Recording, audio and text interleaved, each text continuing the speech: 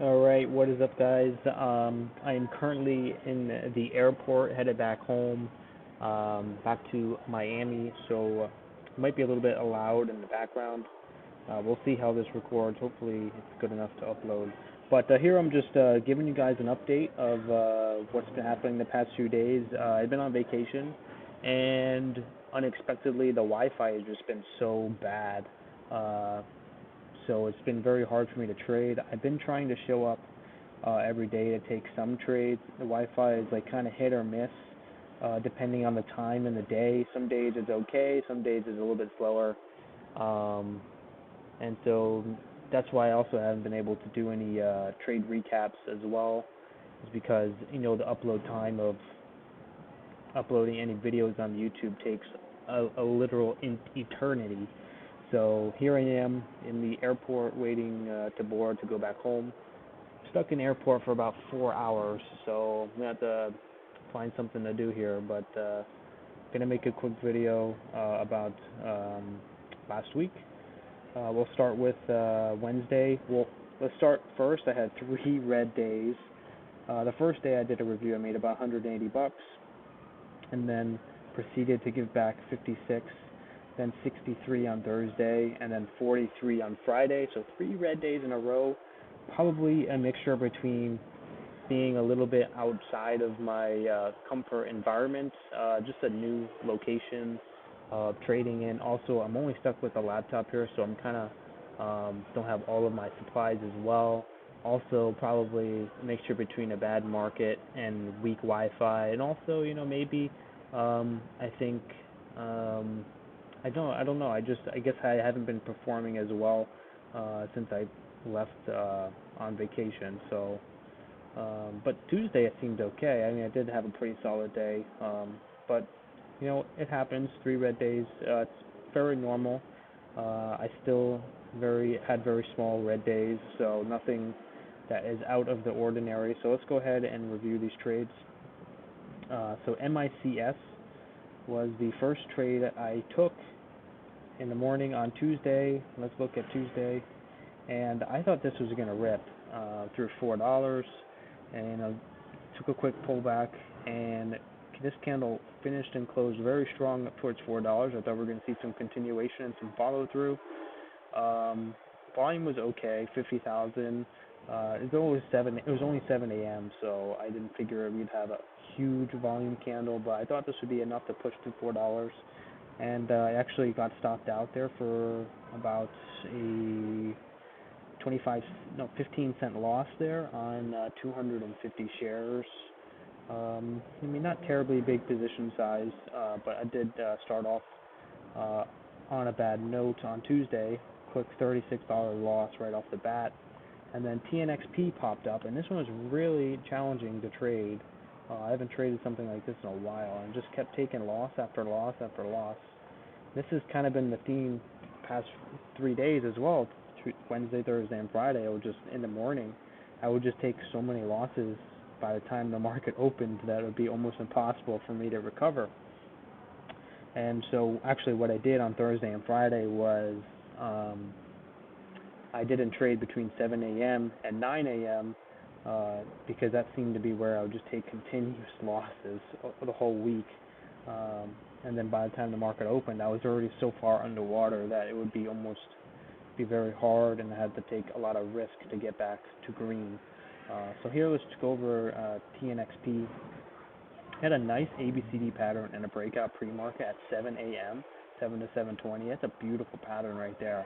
That's an awesome setup. I wish I would have got in on that. Then it ripped up in this really strong candle. I started buying kind of high. I thought we were going to see it move to 350. It's not the market to be doing this, and I learned my lesson here. I started selling for a small loss. Still looking for that continuation past 340, buying the lows here, looking for any sort of pops, and I just kept going backside and never had any more buyers to bid this back up to make that new 1-minute new high. So just kept taking losses back on that one. Then here, I thought this would be a bounce off of 90 EMA back towards 340. Never got it. Same here. I thought we were going to get a bigger push, and we never got it. kept taking scratches there. I really wanted to see more volume come in. And we did see that volume starting to come in, and I was adding here our 340s, looking for a break to 350, and we rejected off that 350 level, and I think I took maybe a small, yeah, like actually about a break even. I think it was just a wash. Out of all these trades, it was a wash. I don't know what happened here. I seem to play this a little bit wrong. I should have actually been getting in down here, but I did chase it a little bit up here at 340s, looking for a breakthrough to 350. And then didn't trade TNXP until open, and I was looking for that breakout of 370, and we never really got it. And I got caught in this nasty flush here. Took this one off break even, and then I started buying the dips here, took that off break even, and then took the last portion off for a 10-cent loss on this candle there. We did see a nice rally though after 10 o'clock in TNXP, but I wasn't trading because I was at the beach, because I was on vacation and I didn't really want to trade past 10 o'clock. So that's quite unfortunate. Did give some opportunity there. After it didn't break out here, I took my red day and I walked away. However, at one point I was down over $200, I believe, on this day, and I was able to make most of that back on TNXP. And HSDT as well was another one that popped up that was really good.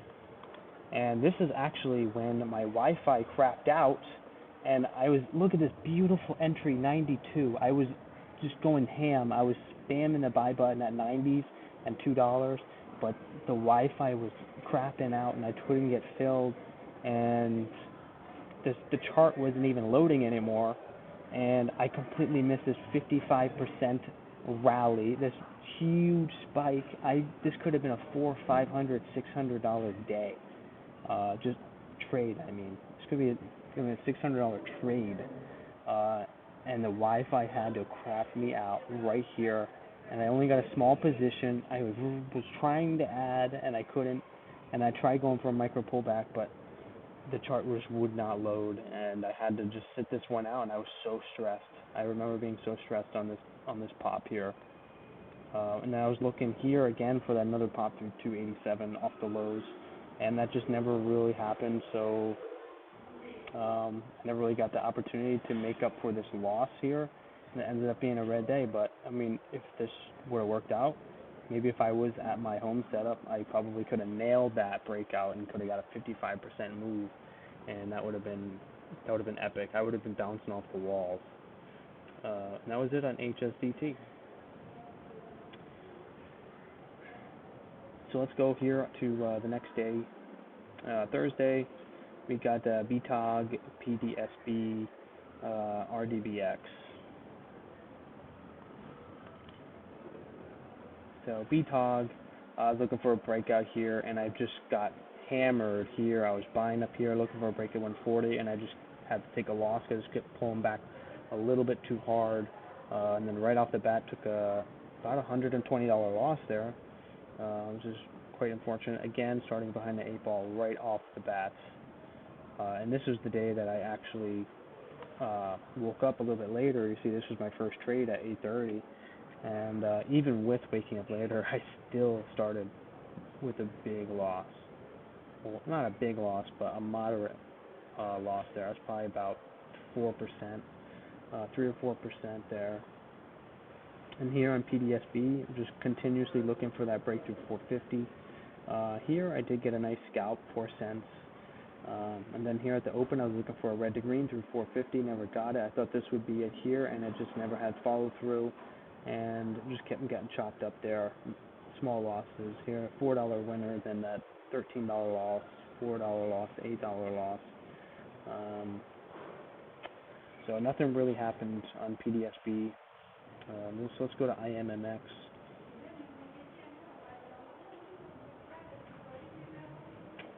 So IMMX, here I'm looking for, has been a very popular ticker that we've been trading the past couple months. And I was looking for a breakthrough 280 and up to 3, but there is a lot of upside resistance So I was a little bit skeptical, and there was no news on it. The news is very weak. Um, I think it was from a previous day. Did have a nice kind of bottom bounce, but didn't have any fall through to 80, so I didn't really size up that much. Here I got a nice push off of the VWAP, a nice bounce off the VWAP. Got a couple cents on that. Shit. Okay, hopefully my mic is still working here. Okay, yeah, we're still good. Sorry, my mic fell off.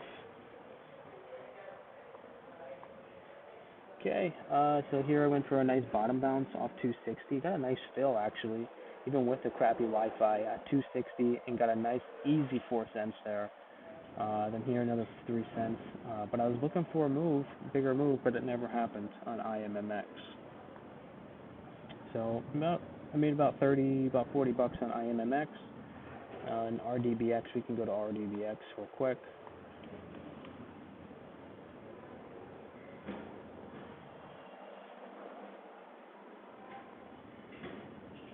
RDBX is actually a fairly good move. However, I wasn't looking at it just because there was no news on it, and yeah, it just kind of went without me until this rally already started. I was glad the first pullback, but kind of shook myself out there, and I don't know. I just wasn't really, I guess, in tune with it. I don't really remember what was going on here. That's the problem with me, making recaps after a couple days of me trading. I definitely need to do recaps the same day because I don't really know what happened here. The volume did come out of nowhere, so it wasn't really on my watch list. So I didn't really have a good feel on how the stock was trading. So that was Thursday. Here you can see my intraday. And then Friday, I was green pre-market and I turned red at the market open. So AMLX was the big winner. Looking for a breakout here, 13.19 or 13. So we got that nice breakout. Took a nice scalp there. Nice $40 win, $45 win. And then we got pull back to the 90 EMA and then another rip, 75 cents. I could have made definitely a little bit more on that. And then here at the open, I was really looking for that break back over $14 and almost like a parabolic move. I felt like this could really squeeze a little bit more than it did, and so that's why I was getting a little bit aggressive off the lows. And here I actually got real aggressive up on the top of this candle at 380s, thinking we'd get a breakthrough through 1405, and it just had a huge false breakout. Immediately sold, no questions asked, and that was it on that stock.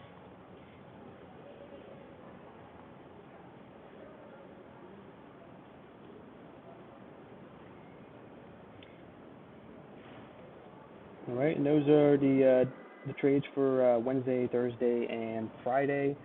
Definitely going to be back at my home base on Monday to be trading, and we'll see if my performance can pick up since not going to be on vacation. I'm not going to be just stuck with just this laptop. So hopefully performance does reflect a little bit better than what I've been doing, and I'll definitely looking forward to the next trading recap on Monday. So see you then. Peace.